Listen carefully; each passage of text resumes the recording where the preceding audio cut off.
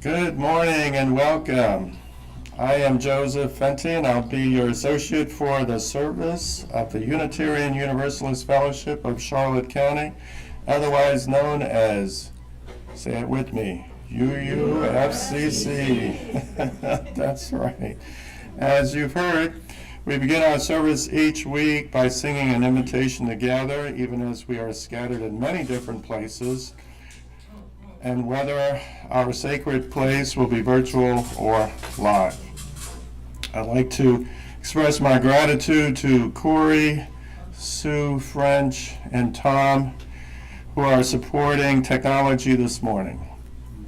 I offer thanks to Jim and Linda and members of the UUFCC choir for this morning's recorded music, and especially to Jim, who is here in the sanctuary this morning on the piano. This service is being broadcast live on YouTube and will be available for viewing on the UUFCC YouTube channel after the service.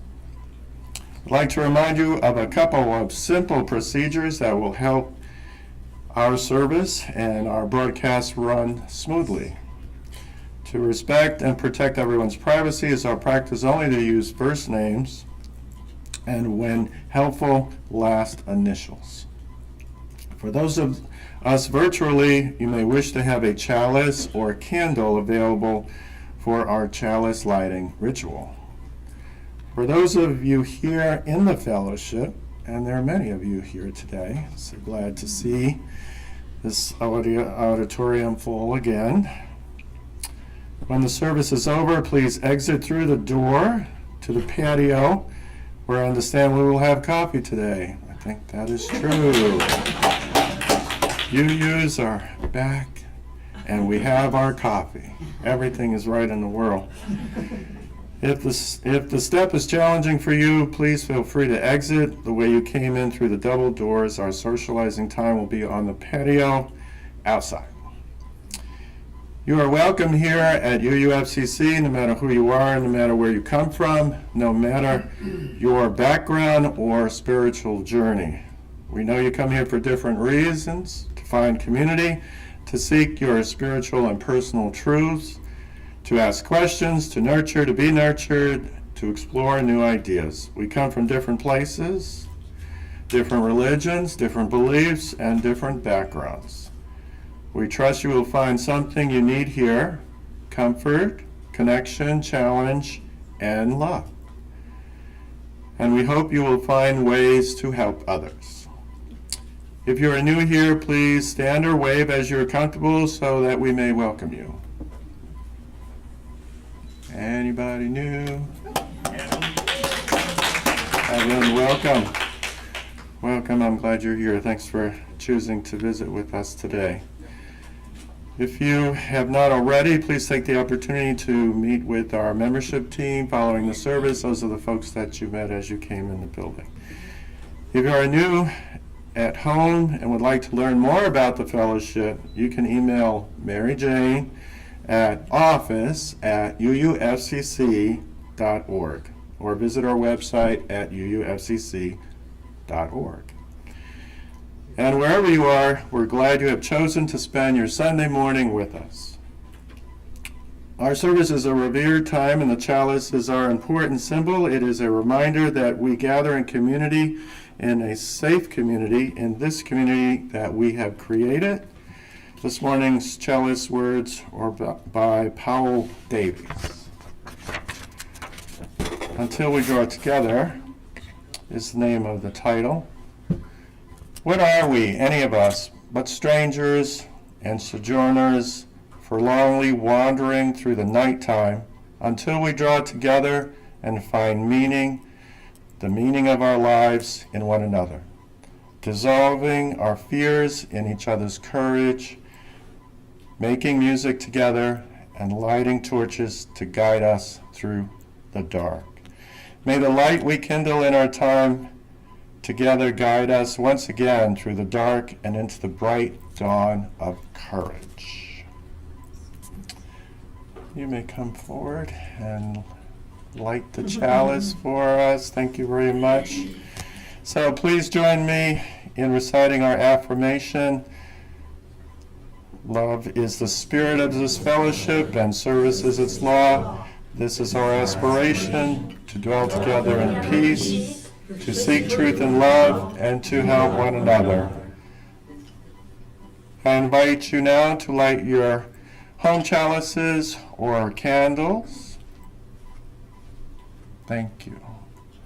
And next we'll have a prelude, Fantasy by George Philip Telemann, and Jim will perform the music for us.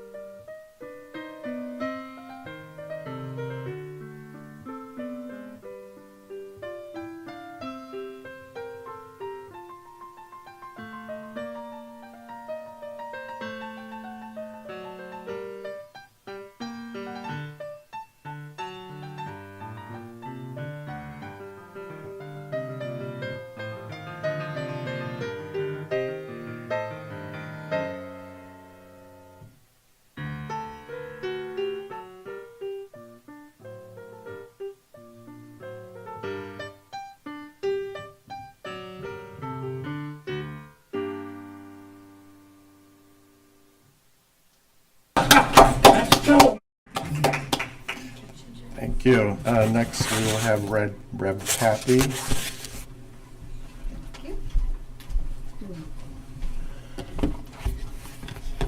So, for those who don't know me, I'm Reverend Kathy Schmitz, and I'm delighted to be with you for my monthly visit with you. And we take time this morning as we get started for a special recognition. A few months back, I heard a story about a village that had a special way of welcoming soldiers home from war. Unfortunately, I can't remember which of my colleagues told me this story, and I can't find a reference to it. So what I'm about to tell you may in fact be a work of fiction, but I liked it, so here goes. Recognizing that life back home is very different from life on the battlefield, the people of this particular village wanted not just to welcome the soldiers home, but also to help them make the transition back to private citizen. And so, the soldiers were greeted in the town square, and there, their weapons were taken from them. And then their uniforms were removed and replaced with clothing suitable to civilian life. The people knew that while the soldiers needed to be welcomed and thanked, they also needed the people of the village to help them adjust. The physical act of changing out guns and uniforms symbolized a deeper commitment to understanding those internal changes that the soldiers, the former combatants, would need to go through. It takes a village.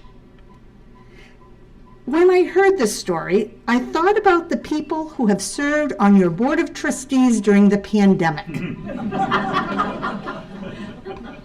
While not exactly a battlefield, it was a time of extraordinary service. The pandemic would have been enough.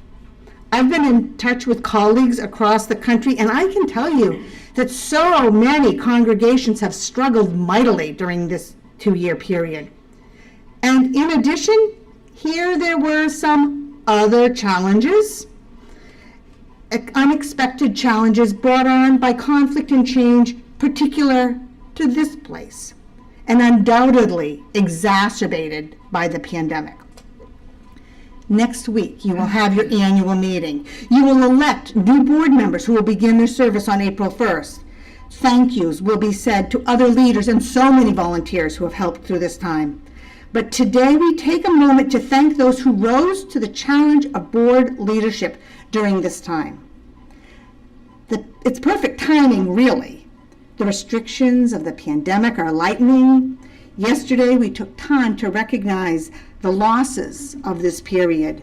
Today is the spring equinox, a time when day and night balance each other.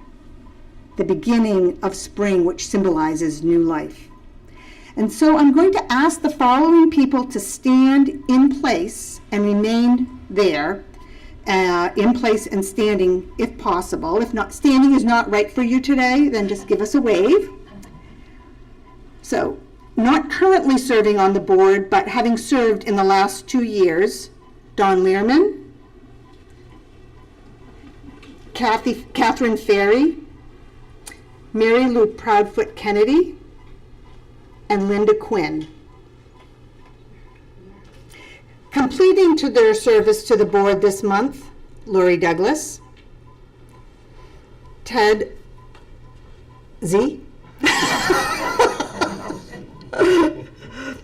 Gudrun, and Fred. Thank you. Fred. And continuing their terms, so they're not all leaving, Herb Levine, Betty Barriga, and Helen Sokalski. All right. Renominated, Sharon Whitehill. And staying in place until there is a new treasurer identified, Nancy Weaver. These people stand among you as a reminder that they are part of you. I know that if you were to ask these people if it was easy, they would say no.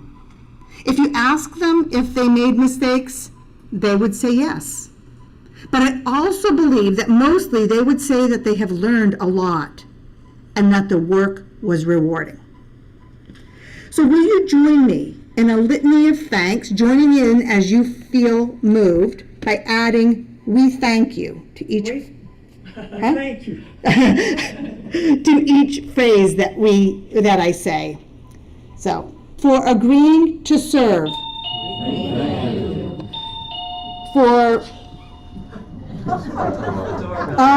okay. For the many, many, many meetings. For the challenging discussions and difficult decisions. We thank you. For learning things you didn't know you needed to know. We thank you. For your grace when some of us were not our best selves. We thank you. And finally, for living our faith and loving this fellowship the best that you knew how. We thank you. Whether your board service is coming to an end or continuing, we wish for you a transformed relationship with this fellowship. May you find yourselves refreshed and renewed and nurtured by this community as together you move into the possibilities ahead. We don't have weapons to take away from you, but we do have flowers to bestow. As Lynn Ritchie, co-chair of the nominating committee, gives each board member a flower, I invite them to be seated. And this would be an excellent time for a round of hearty applause.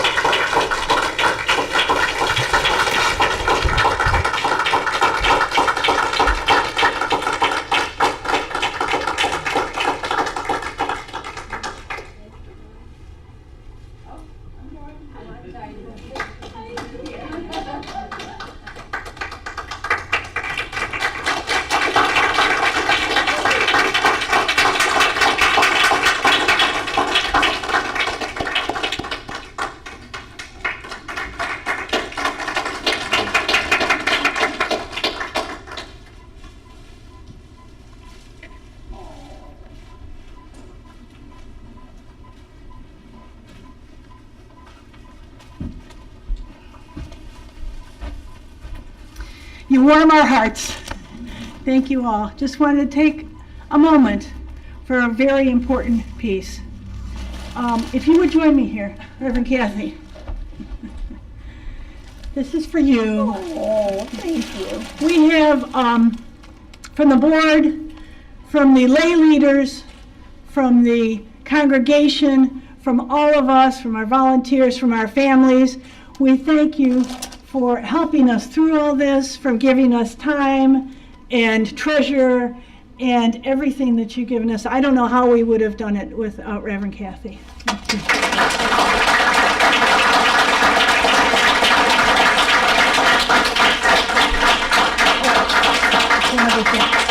One other thing, we were going to give them together a gift, which was a free paid transportation and lodging to go to Disney World in Orlando. So instead we decided on flowers. Thank you. Okay. So our opening words are from Reverend Scott Taylor. Today we return to the shelter of each other, to arms that hold us in the midst of the storm, to voices that help us hear our own, to hearts that accept us for who we are.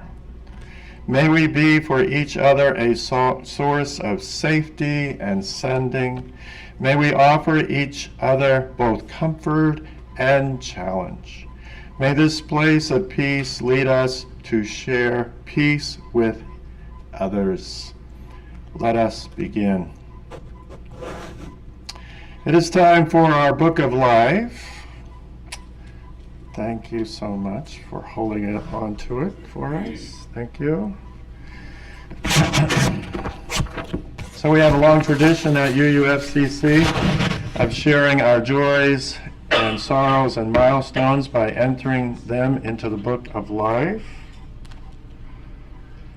These messages can be written in the red book at the back of the sanctuary. For those of you that are at home, you can email your entries to Book of Life at uufcc.org.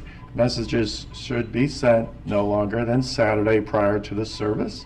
The entries will be read that are written in the Book of Life are in the back of the sanctuary. Those of you who send in your messages by email, we will write them in the book, in the red book as well. There are no entries in the red book, and I have not received any online. My own entry into the Book of Life would include my thoughts for those in the Ukraine who are suffering, men and women who are forced to fight, refugees who are forced to flee their homes. And it is a pretty sad state of affairs again that Europe is in warfare because of the despot in Russia who wants to enlarge the landmass and acquire resources. You would think that we would learn something from history and stop this mindless type of warfare, but it just reminds us that we have a lot of work to do So hopefully that conflict will end shortly, and then people can resume their lives once again. So may we hold these and our unspoken joys and sorrows in our heart. May we also hold one another in love and tenderness, so that this fellowship may be a source of strength, comfort, courage, and hope in the days and weeks ahead. Thank you.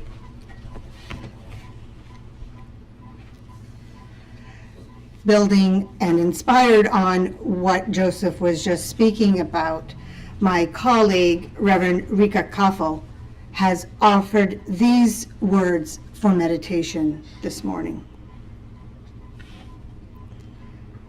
Spirit of life, during these tumultuous and scary times, give us comfort and hold us in love.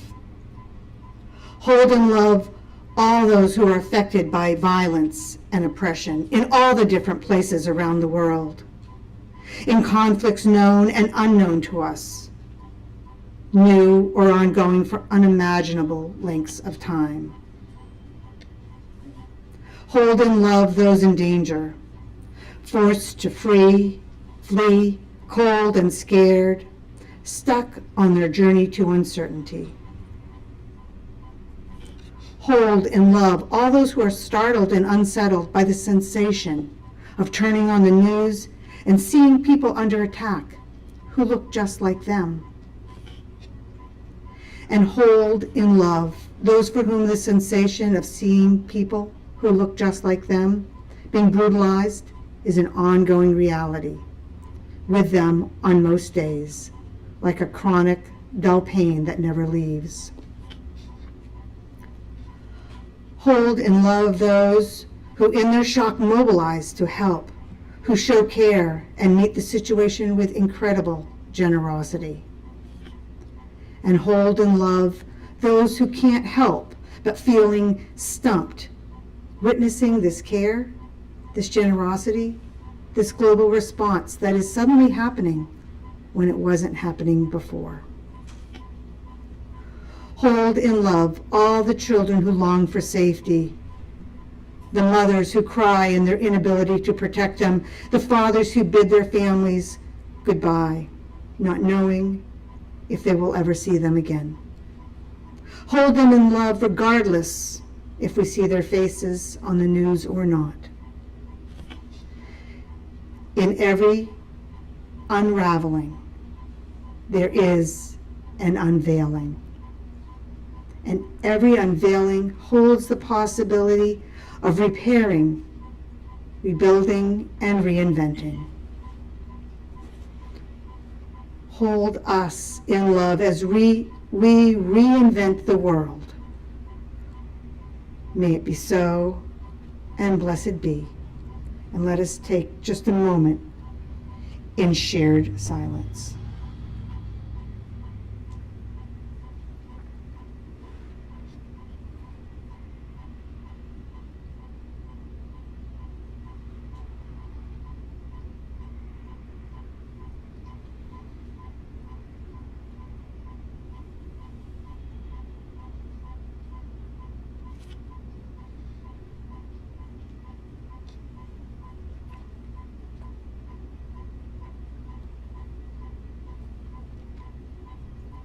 May it be so.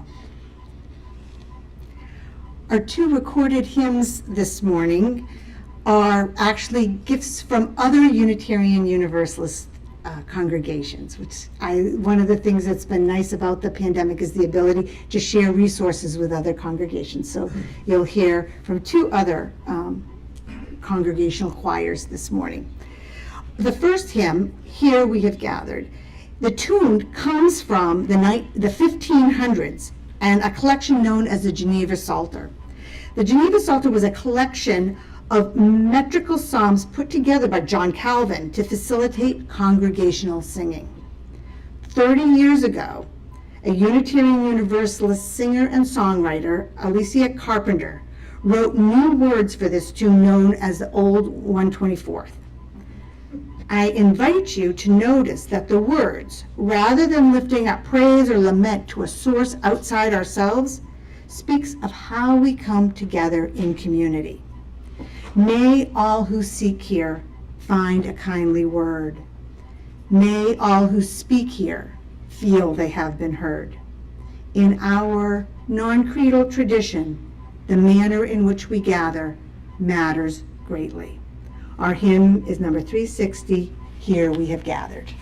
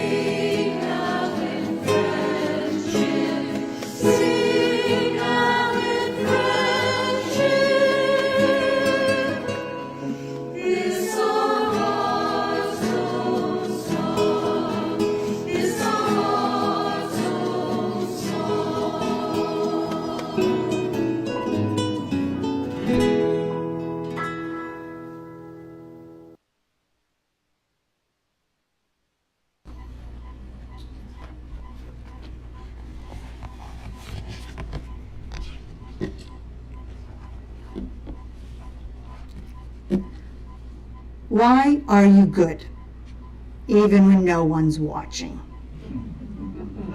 I don't mean to imply that you're good all the time. Don't worry, I already know. But lots of times, when you know you could get away with something, you choose to do the right thing. Why? There's a conversation that I have had on more than one occasion when trying to explain Unitarian Universalism. Now, generally, I try to define Unitarian Universalism by what we are, rather than what we aren't. But still, sometimes it comes up that hell is not in our toolbox. And that's when it happens. What? You don't believe in hell? If I didn't believe in hell, I could do anything I want. How can you not believe in hell? By which I think they mean, how will we order society and control it if we don't have the threat of hell to keep people in line? Why are you good even when no one's watching? Why are you good when God isn't even watching? Or when God is watching but has no hell to send you to?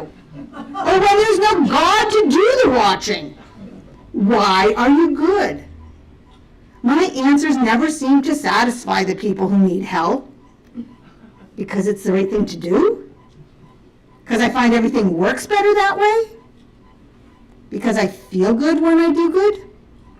Because I want to live in a world where people choose to do the right thing and I'm just doing my part. Some people aren't convinced, and I find myself quietly thinking, okay then, if you need hell to keep on being good, you just go right ahead believing in hell. Now, 11 years ago, when I was writing the original sermon on which today's remarks are based, I had just attended a wonderful interfaith celebration on the life and legacy of the Reverend Dr. Martin Luther King Jr. The theme of the address took its title from an MLK quote, "The time is always right to do the right thing." The address called on us to do the right thing by taking action on the many pressing issues of our day. I was in hearty agreement with all the points made, but I was more impressed by the context of the address. 25 of us from First Unitarian Church in Orlando had gathered with several hundred others at City Hall. As a group, we walked across Division Street, so named because it in fact once did divide Black Orlando from White Orlando. We made our way to a Black Baptist church for a service organized by a rabbi, at which the main speaker was an imam.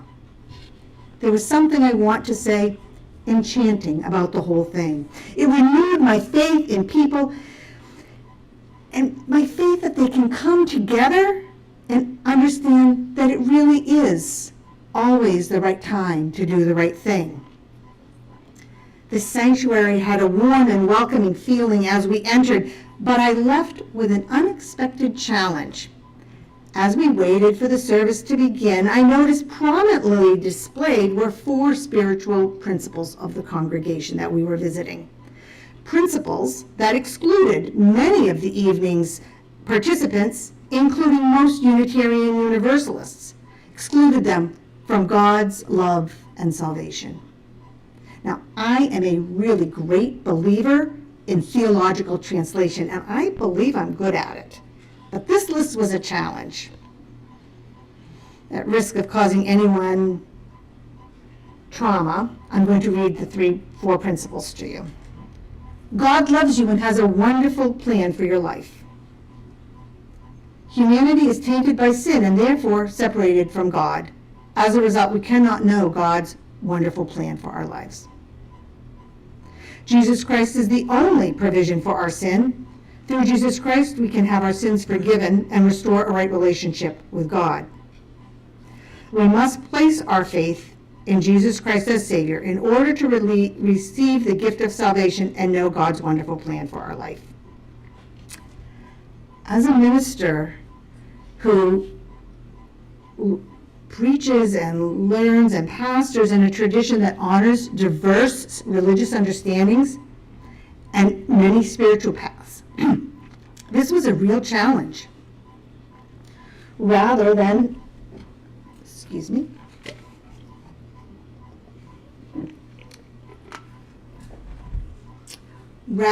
feel annoyed or dismissive, I decided that someday down the road I would challenge myself to preach a sermon on those principles, translating them into something that can have meaning for Unitarian Universalists, even atheist Unitarian Universalists. For me at the time, doing the right thing meant not building walls, but rather looking for a bridge or possibly building a bridge. It meant staying open to the possibility of finding common ground with others who are also inspired by Dr. King's legacy. And even more, I believe there's something in that list that helps the people of that congregation to do good and be good. And I wanted to challenge myself to understand what that is and how it works. Also, it's been 11 years and I never did write that sermon. But I think if I did, it would say something like this. Love can be a powerful force in your life. Humans have lots of unfortunate ways of losing track of love. Nurturing hope is one way of keeping track of love. When we have hope, we can get back on track and enjoy the power of love in our lives. Therefore, let us renew our faith in the power of hope and love. I am not sure the good people at that church would appreciate my rewording of their creed, but I'm not expecting them to. I'm trying to understand for myself what helps them to be their best. Some time ago, I came across writing from a church consultant named Gil Rendell. He was writing in 1998, it's almost 25 years ago, before the subsequent downhill slide in how we talk to each other in this culture. 25 years ago, he was reflecting on the demise of civility in our culture as a lack of manners. It's hard to imagine what he would think about where we've gotten to today. I'm going to have a fairly lengthy quote from Rendell.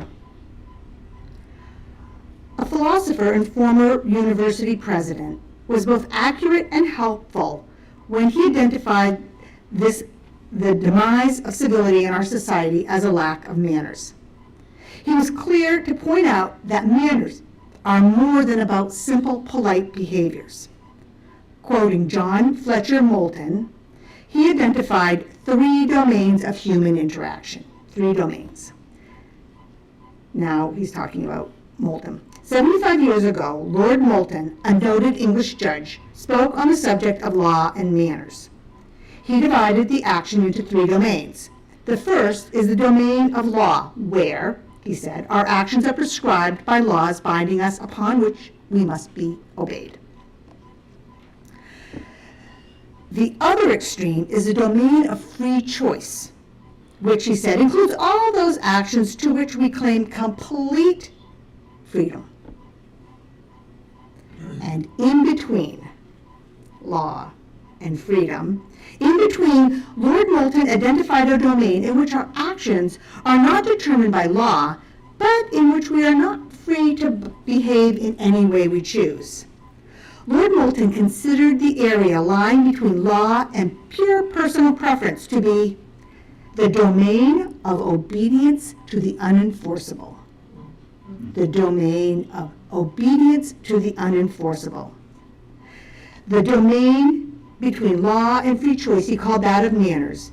And while it may include moral duty, social responsibility, and proper behavior, it extends beyond them to cover all cases of doing right where there is no one to make you do it but yourself.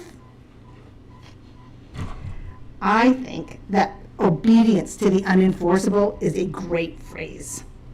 Now, some of us shiver a little bit at the word obedience because maybe we had a little bit too much of it expected from us in our earlier years.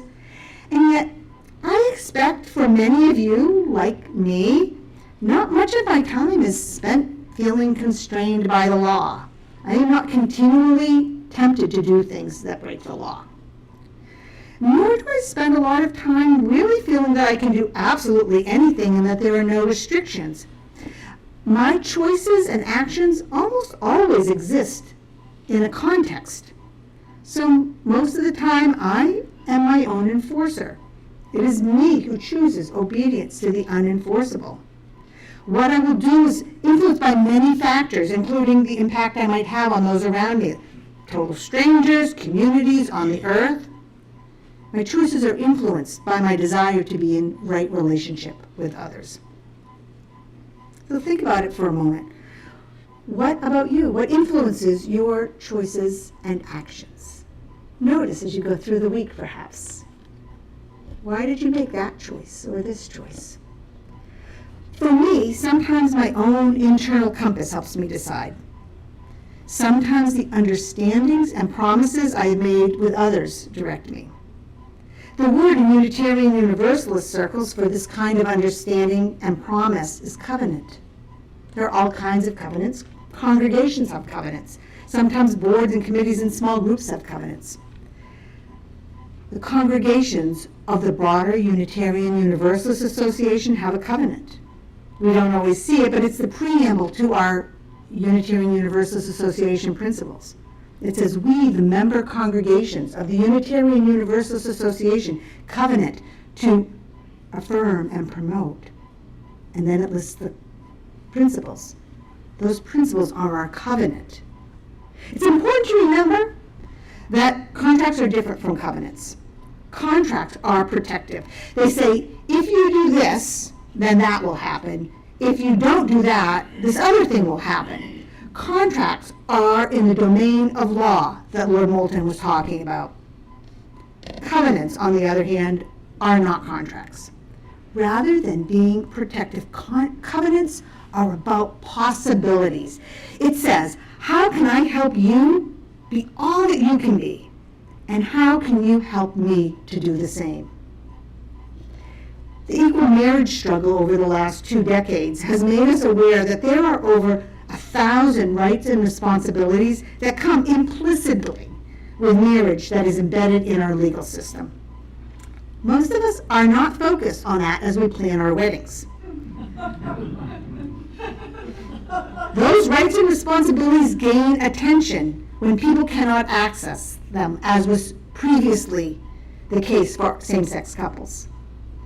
For many, the presence of those rights and responsibilities are overshadowed by the vows taken in the marriage ceremony. The vows, for me, represent a covenant, and they're about hope and promise and dreams.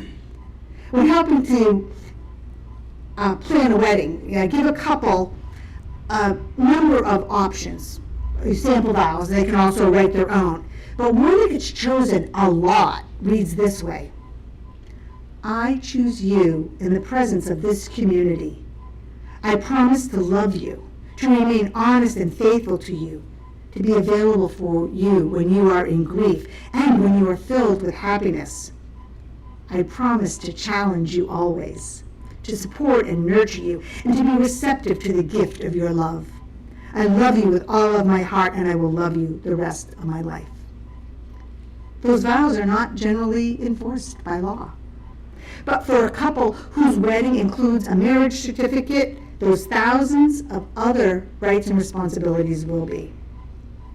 But ultimately, we see the vows, the covenant, as the spiritually significant component. It allows people to come together in ways that make them more than either of them could be alone. It does not protect them. It does not protect them, but rather at its best, it continually calls us to our best selves.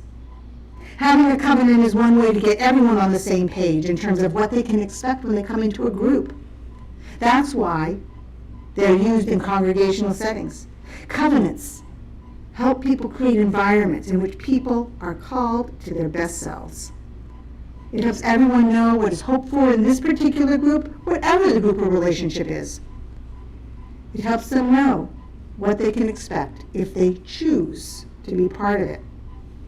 Covenant expresses our faith in each other. Our faith in each other. And that covenant, that faith in each other, is why we pledge our time, our talent, and our treasure to our communities, to this community. While a contract can be used as a weapon, a covenant should not be. A covenant is aspirational. It's about what we hope for. It's about the place we're going and we're trying to live into each day. We do not say, you aren't loving toward me today, you're bad. We actually do say that. It's just not a good idea. Rather, the covenant is an invitation to look at our own behavior and see where our commitment to the covenant can help us stay engaged rather than turn away from difficult encounters. There's a tendency in circles to talk about creating a safe space, and for a long time I used that language too. Then I heard a compelling argument against promising people safe space. It was suggested that too much safety can banish the challenges of life that help keep life interesting and prompt us to grow and keep us alive. It was suggested that instead, rather than safe environments, we strive for supportive environments. Rather than keeping people safe and shielding them from all of life's difficulties, we make sure people are supported. That whether they choose to embrace a challenge or a challenge simply shows up and embraces them, they will be able to rise to the occasion and experience the gift of new life. Now, going back to the wedding vows I quoted, I think one of the reasons that set of vows is chosen so often is because of the line, "I promise to challenge you always."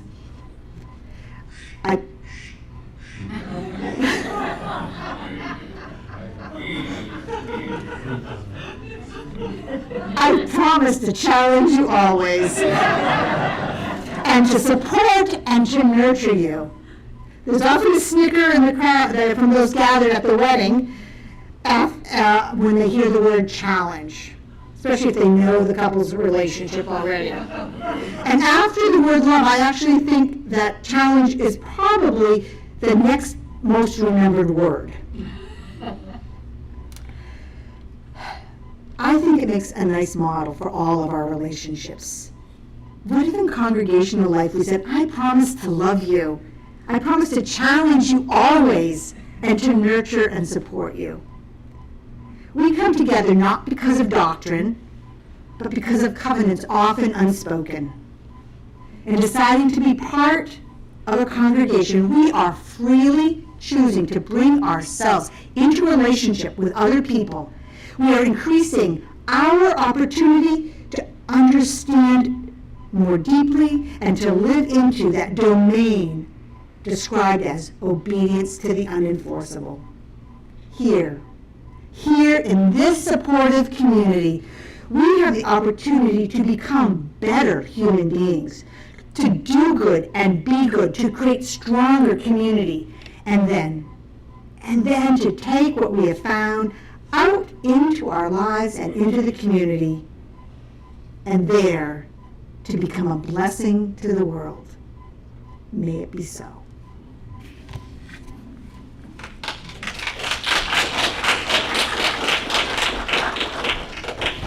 Very much, Rev. Kathy.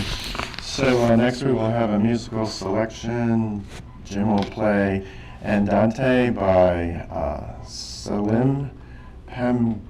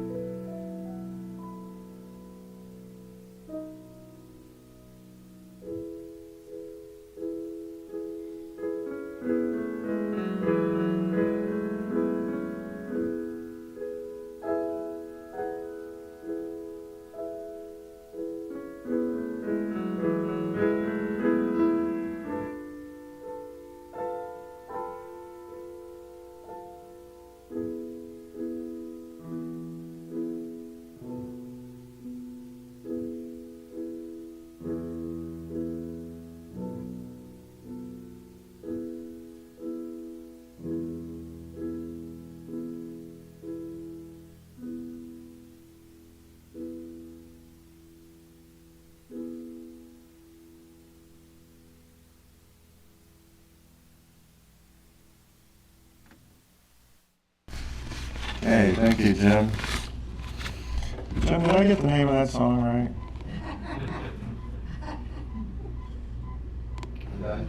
Andante. Okay, Sandante. Makes me think of pasta. I was thinking. Say it again, Joseph. Andante. Okay. Okay, here we go. So, in our tradition, congregations exist because of the generous support of members and friends. It is our privilege and our responsibility to ensure the health and future of this fellowship. To this end, your offerings to support the ministry of this fellowship, whether by pledge or donation. We are equipped to accept donations through Venmo app. Payments should be made to the UUFCC offering. If you are with us for the first time, do not feel obligated to give. Your presence is our gift. We will now accept offerings. So the ushers will come through and pass the basket.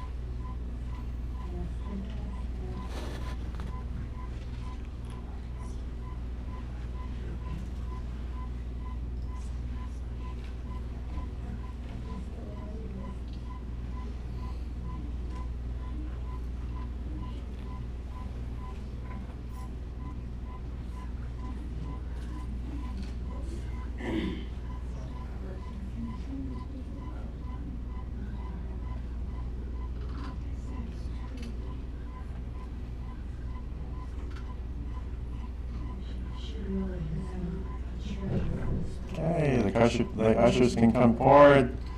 Many thanks to Trudy and to Robert and to all of you that have shared your treasure with us. I appreciate it. Okay, now it's time for the announcements. I'll try to go through these as quickly as possible. So, and remember, you can check the UUFCC updates, which includes a calendar and links that connect to the various meetings by Zoom. If you would like to have fellowship events highlighted during the service, you can email us at thebookoflife@uufcc.org. So, next, we will have Gail or Lori come up and talk about the pledge. Thank you.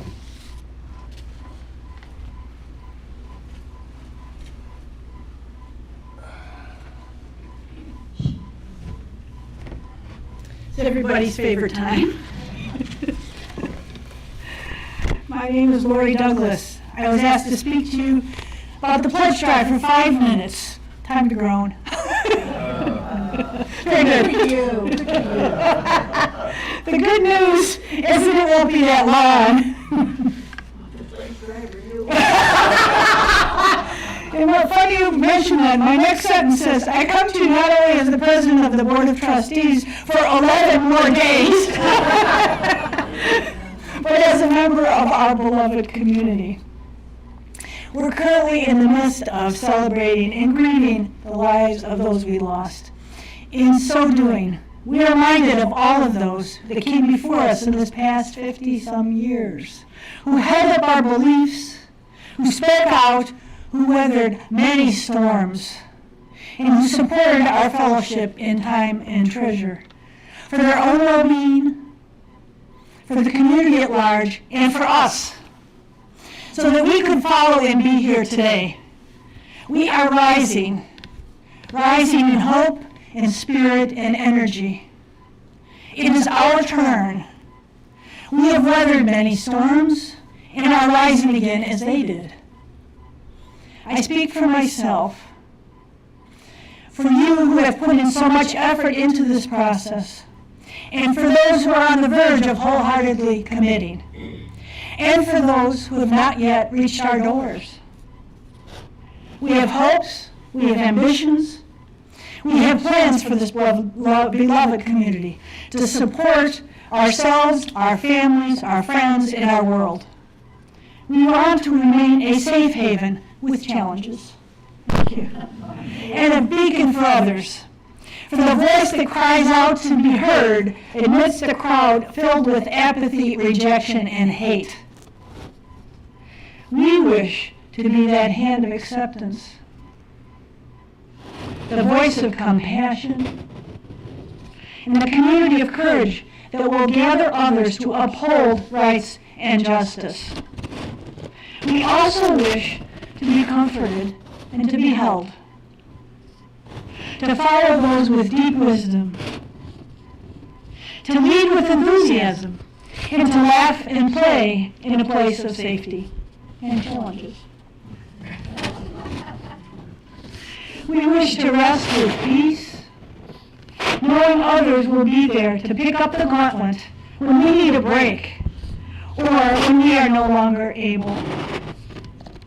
Regardless of our size, we wish to keep our doors open, our lights on, our programs relevant, our volunteers supported, our facilities useful and updated and available, our staff skilled and well compensated, our choice of ministerial leadership and support fitting our needs and our growth. What does this look, feel, and sound like, you might wonder? It looks and sounds like equipment for services and programming that are dependable and up to date. It feels like staff that have time to think, to make decisions and plan ahead. It feels like sufficient ministerial support to lead, assist, and comfort those in need. It feels like fellowship programming with needed resources. It feels like heating and cooling systems, walls and windows which are secure, updated, and safe for the environment, and those you don't necessarily hear as they're working. It looks and feels like an updated and pleasing facility and grounds that are safe and accessible to everyone and has space for expanded activities and funds to support our outreach into the community. From outside, on signs and in periodicals and in parades, it looks and sounds like we do. A group of caring people that believe in diversity and equal justice for all. Did I forget anything? Oh yes! Without your time and your financial contributions, none of this could happen. Thank you.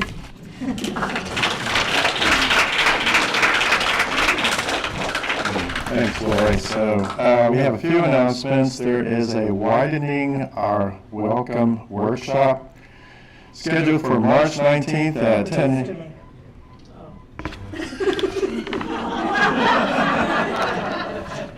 Okay, sorry. I'm not living in the past anymore.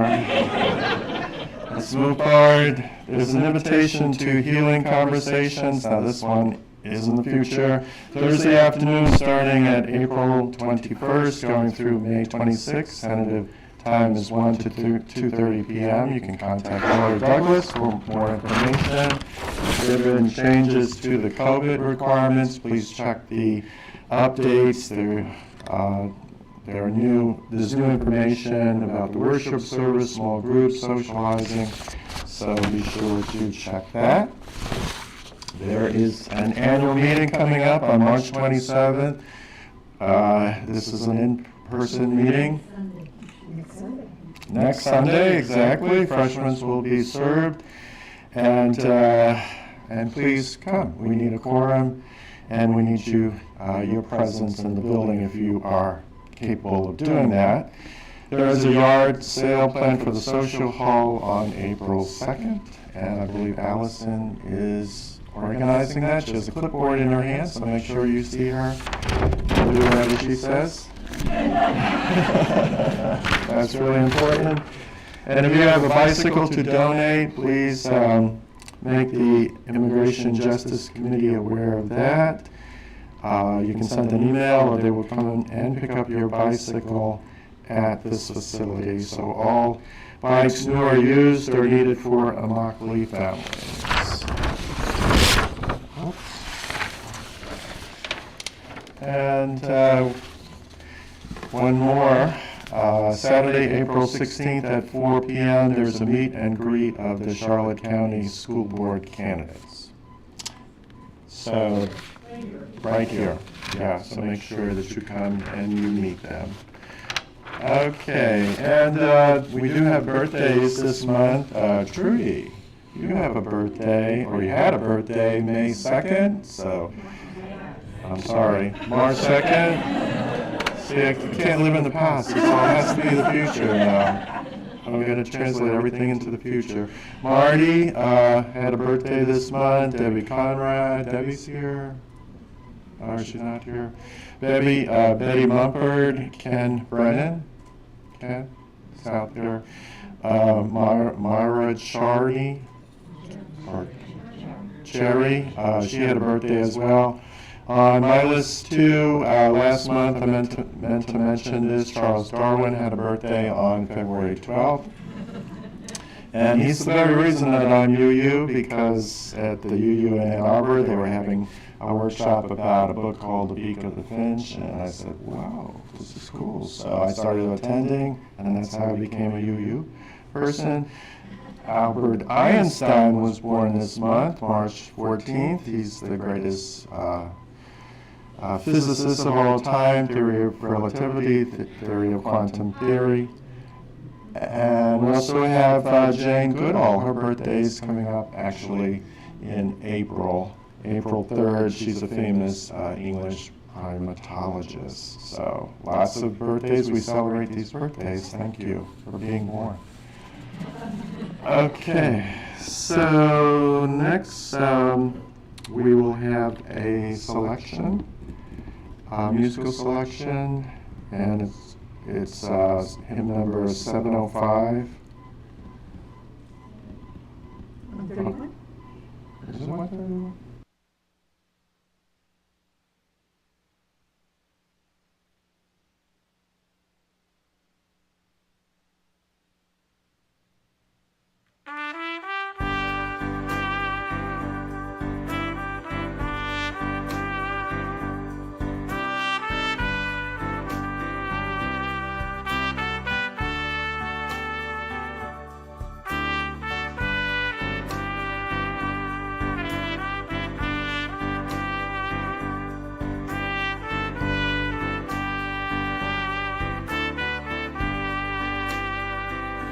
Love will guide us, peace has tried us, hope inside us, we'll lead the way on the road from greed to giving. Love will guide us through the hard night. If you cannot sing like angels, if you cannot speak before thousands, you can give from deep within you. You can change the world with your love. Love will guide us, peace has tried us, hope inside us, we'll lead the way on the road from greed to giving. Love will guide us through the hard night.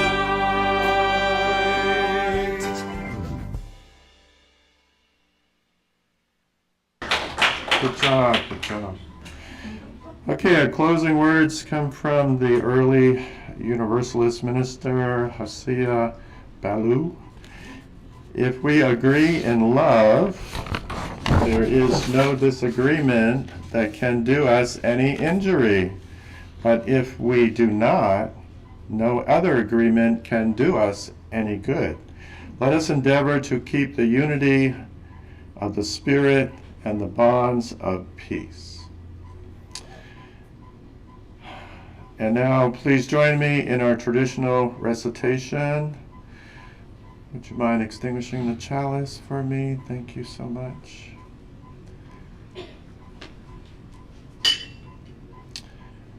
Okay, we extinguish this chalice, but not the heart of hope, fire of commitment, or the warmth of community.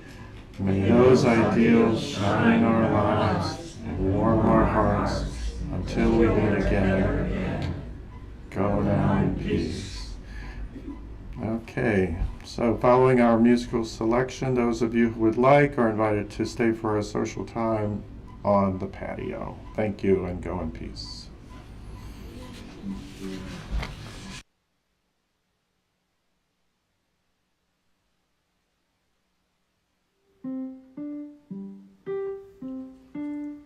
Go now in peace, go now in peace. May the Spirit of us surround.